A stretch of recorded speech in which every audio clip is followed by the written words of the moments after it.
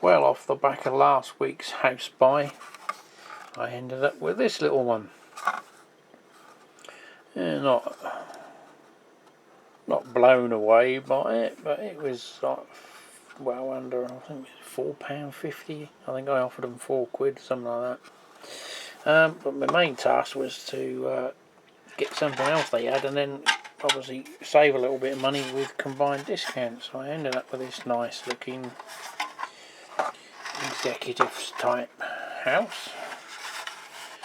Side entrance, round the back, patio. I presume it's of German or possibly Hellion. There's no maker's mark underneath it. Obviously it sort of fits in English style, doesn't it? So we went for that as well. So I think with the postage it was about £14. It was a little bit painful, but you know, it's £7 each, which I suppose for this one's not bad, but the other one was probably a little bit expensive, evening it out.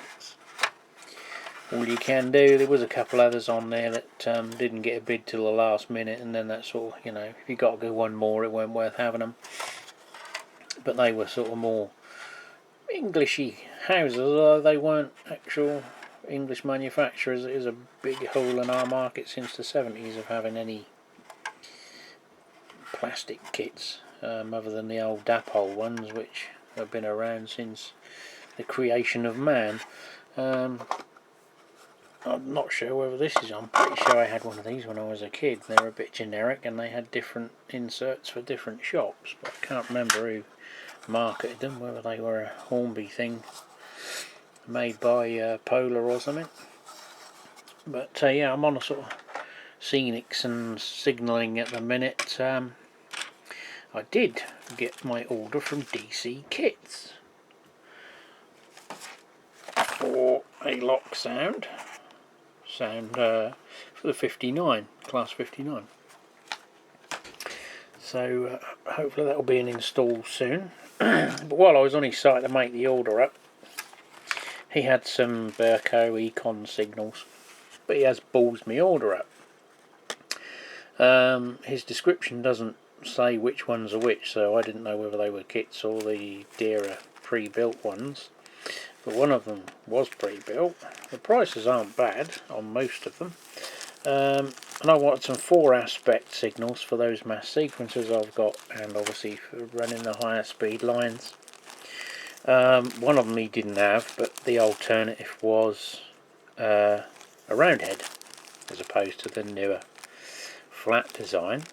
I ordered two, £7.50 each I think they were, but I only got the one. Now I think he took everything out of the packaging to shove it in the ESU box to save a bit on postage. But to get round wanting a newer style, he had the junction one, which you know, you just have the projecting arm on the signal head. So I ordered a 4-head junction, and I got a 3-head one. So I'm short one signal and got the wrong one sent. No note to say sorry we haven't got the stock, so we bunged you this one, or even message me or phone me. They did have my details. So I've dropped them an email, but that was 3 days ago and they still haven't responded to the email, so I will probably give them till the end of this week and then give them a ring next week, or I may do it today, and let you know what happens there. So on others, I managed to track down some HEAs that were £5 for 3. Now obviously that was an auction, so they weren't going to stay £5 for long, but it did have a best offer. And I thought, well, they usually go for far more than they're worth, being as it's eBay. So I thought, well, normally at the train fares and that, if they're under £8, £7, I walk away, or if I can't haggle them down to that. So I offered him based on that, because they're not obviously a prime example. This one's, I think they've had a little attempt at trying to make it look a bit battered and bashed. dulled that one down, that one's still shining. One was fitted with an LED light, which they obviously got carried away painting. I took it out because I couldn't get it to work, and I took it out and it works. But for some reason they painted the lamp and the buffers.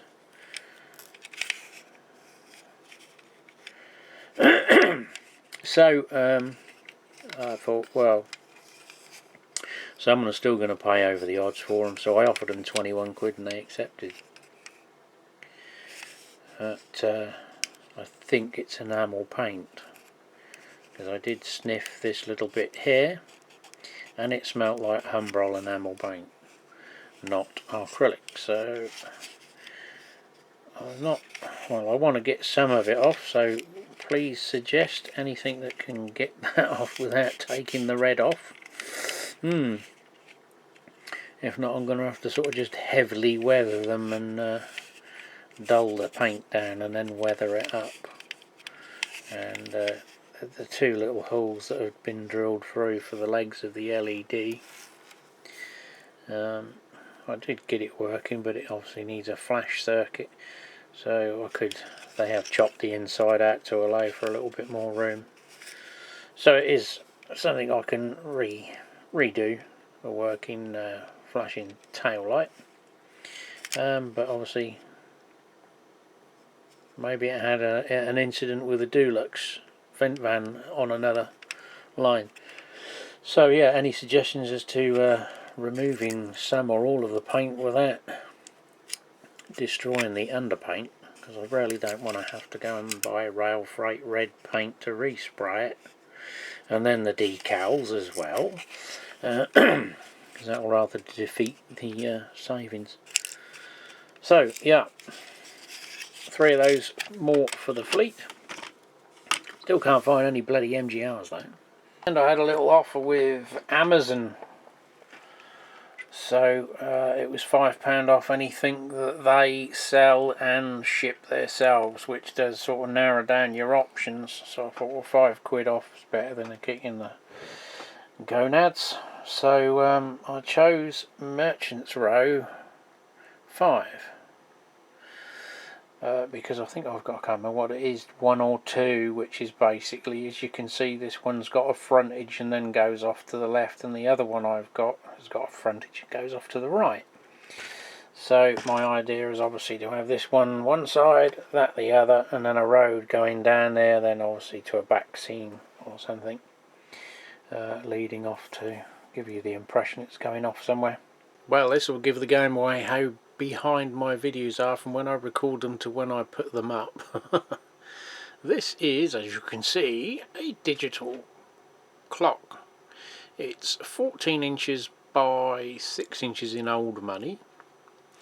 The reason I bought it is to put in the train shed when it's built, but it appealed to me because if you forget that bit, remember the old network southeast clocks? Obviously we haven't got the tock sound from the old flaps coming over to change the digits, but I might network southeastify it and put it in. I'll make a wooden surround to go round it with the network southeast flash down here and paint it red or grey or whatever, and turn it into a network southeast-esque wall clock. Well, thankfully it was in its original box, although the broken plastic is a little bit worse than it was. It just fouled the thing, but nothing else in it. We got another stack car, dual purpose one. I'll take the trailers. With reference to the pictures, we have lost another handrail upright since the pictures of it, which aren't in the packaging. All the bubble wrap, but unfortunately they are quite prone to damage. There'll be several of those I have to either just live with them not being there or make something to replace them. But yeah, it only came in this stuff, which isn't great. You really need a rigid packaging, a box. But yeah, could have been worse, but it looks like the Royal Mail have give it a bit of a pummeling, but it survived. With it being a Walther's one, it is at least a metal one. Someone bought it from Rails of Sheffield according to the sticker on it. Well, we're not reading the paper, but we have some packed in paper. Let's have a look. Well, little goodie bag it was indeed. So we've got a Hornby oil tanker, one of the newer iterations of their old tank. Has had the wrong wheels put on it for some reason, probably because they wanted to get rid of those awful plastic ones, but they've put obviously the older style spoked wagon wheels. One ladder is missing on the other end, but that's an easily rectifiable issue. We have an old Freightliner container flat. We've got a few of those, and there was something rattling around inside it.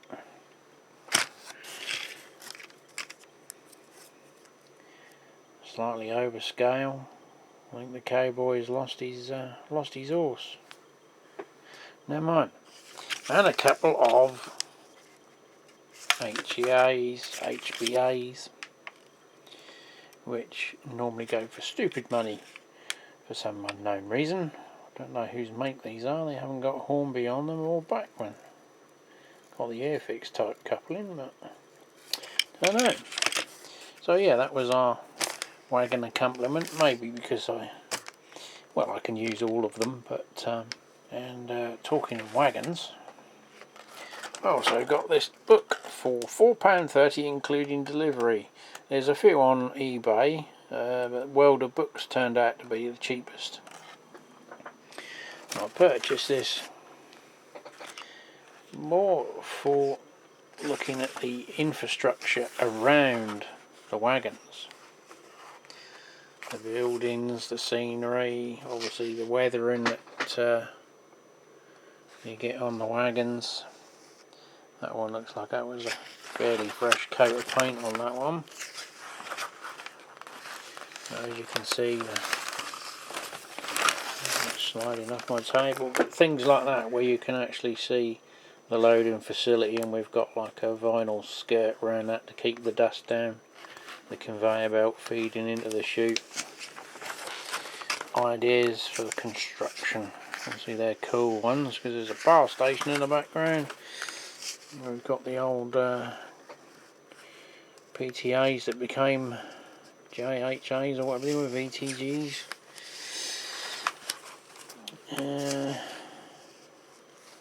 You'll see Yeoman 1 loading with a clamshell grub bucket on a excavator. That was sort of like as much use to me looking at the infrastructure around the picture as to much as the weathering. Obviously a lot of these you can find similar ones. Oh, the silver bullet tanker type things, as they weather the stainless steel weathers and oxidizers. The old rail liner, which Campbell's used those along with their own one there. And again we see the buildings around. That's a well loved one, isn't it? Johnny Walker. So yeah, for £4.30, quite a useful book.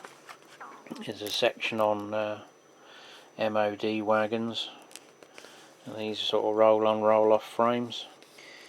We've got some various the old wall wells with bits and pieces on, and they've even got a little inspection wagon on there.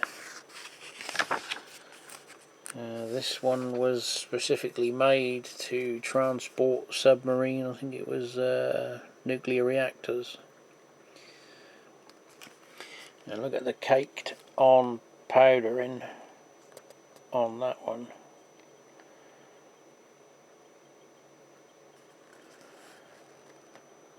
Good weather in there. Get the talcum powder out and the varnish on that one.